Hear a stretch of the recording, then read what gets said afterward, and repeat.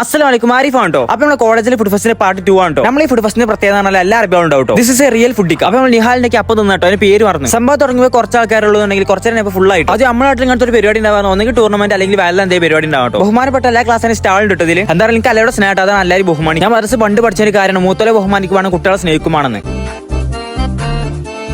കലാവിരുദ്ധമായ കുറച്ച് പാട്ടും പരിപാടി കണ്ടായിട്ടോ അതിന്റെ ഇടയിൽ. ഞാൻ പിന്നെ വന്ന ഗസ്റ്റിന്റെ ബാക്കിൽ നടന്നതിന് അൻസിലേക്ക് ബാക്ക് നമുക്ക് കിട്ടുമായിരുന്നു നടന്നു. ഞാൻ അല്ലാത്തോണ്ടെന്ന് എനിക്കറിയാം, എനിക്ക് തന്നില്ല. ലാസ്റ്റ് ഗസ്റ്റിനോടൊക്കെ ഒന്ന് ഫീഡ്ബാക്ക് വെച്ചാട്ടോ. അല്ലെങ്കിൽ ബോറായാലും ഗസ്റ്റ് ആയിട്ട് പോകുമ്പോൾ പിന്നെ പോറായിട്ട് പറഞ്ഞ പിന്നെ ആ പരിസരത്ത് കടുപ്പിച്ചു. നിങ്ങൾക്ക് എന്താ സ്നേഹം കഴിഞ്ഞ അപ്പോൾ തന്നെ എനിക്ക് തരാം. പള്ള ഫുൾ ആയിട്ടോ എനിക്കറിയില്ല. കുട്ടികൾക്ക് ബീസിന് പെടുന്ന എനിക്ക് ഓരോരുത്തർ തിരിച്ചു. കുട്ടികൾ എന്തൊക്കെ പറഞ്ഞ അൻസിലിന് ഇഷ്ടമായിരുന്നു, അത് ഫുഡ് രസം ഉണ്ടോ എന്ന് ചോദിച്ചാൽ എന്താ അറിയില്ല കേട്ടോ. അങ്ങനെ ബഹുമാനപ്പെട്ട ടീച്ചർമാർ കുട്ടികൾക്ക് കൂട്ടുന്ന ഫോട്ടോ ഒക്കെ ഉണ്ട്. ലാസ്റ്റ് സ്പെഷ്യൽ ജ്യൂസ് മേക്കറൊക്കെ ഉള്ളത് നമ്മുടെ ടീച്ചർമാർക്ക് വയറ് നിറക്കാൻ പറ്റിയ അടിപൊളി ജ്യൂസും കൊടുത്തുണ്ടോ മുബാർക്ക്.